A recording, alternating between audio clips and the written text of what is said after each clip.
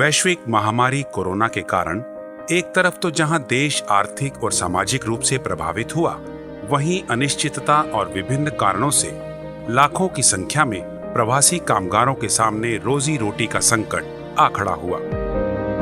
इस संकट की सबसे बड़ी चोट अगर किसी पर पड़ी है तो हमारे गरीब श्रमिक वर्ग पर पड़ी है। उनकी तकलीफ शब्दों में नहीं कही जा सकती।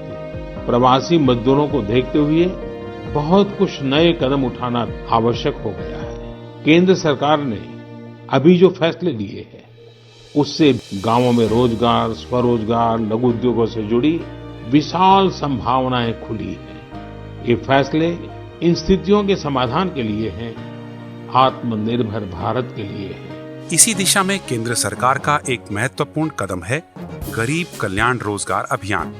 इस अभियान के तहत 125 दिवस निश्चित किए गए हैं। व्यय की जाने वाली राशि 50,000 करोड़ रुपए है। अभियान के दौरान विशेष रूप से ग्रामीण क्षेत्रों के चहुमुखी विकास के मकसद से 25 विकास कार्यों के संपादन पर जोर दिया जाएगा, जिनमें सड़क, ग्रामीण आवास, बागवानी, पौधारोपण, जल संरक्षण से जुड़े कार्य, आंगनबाड़ी, पंचायत भवन के साथ साथ जल जीवन मिशन आदि विभिन्न कार्य शामिल हैं।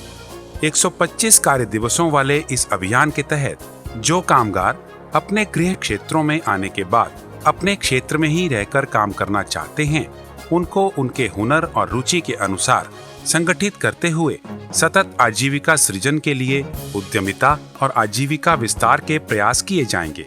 जिन कामगारों को रोजगार की तुरंत आवश्यकता है, उन्हें विभिन्न कार्यक्षेत्रों में मजदूरी का रोजगार उपलब्ध करवाया जाएगा। इस पहल से एक तरफ तो जहां विभिन्न स्थायी परिसंपत्तियों का निर्माण होगा, वहीं दूसरी तरफ क्षेत्र के विकास के साथ साथ ग्रामीण अर्थव्यवस्था को भी मजबूती मिलेगी। ये अभियान विशेष रूप से 6 राज्यों के 116 जिलों के लिए है, जहां प्रवासी मजदूरों की वापसी अपेक्षाकृत अधिक हुई है। भारत सरकार का प्रयास ये भी है कि ऐसे कामगार ग्रामीणों को उनके क्षेत्र में ही जीविकोपार्जन की अन्य गतिविधियों के लिए प्रेरित और प्रोत्साहित किया जाए। गरीब कल्याण रोजगार अभियान की गतिविधियों को निकट भविष्य में सतत प्रक्रिया के तहत जारी रखते हुए अभियान को एक सशक्त आधार के रूप में स्थापित करने का प्रयास केंद्र सरकार द्वारा किया जाएगा, ताकि ग्रामीण क्षेत्रों में रोजगार और विकास के नए आयाम खुल सकें।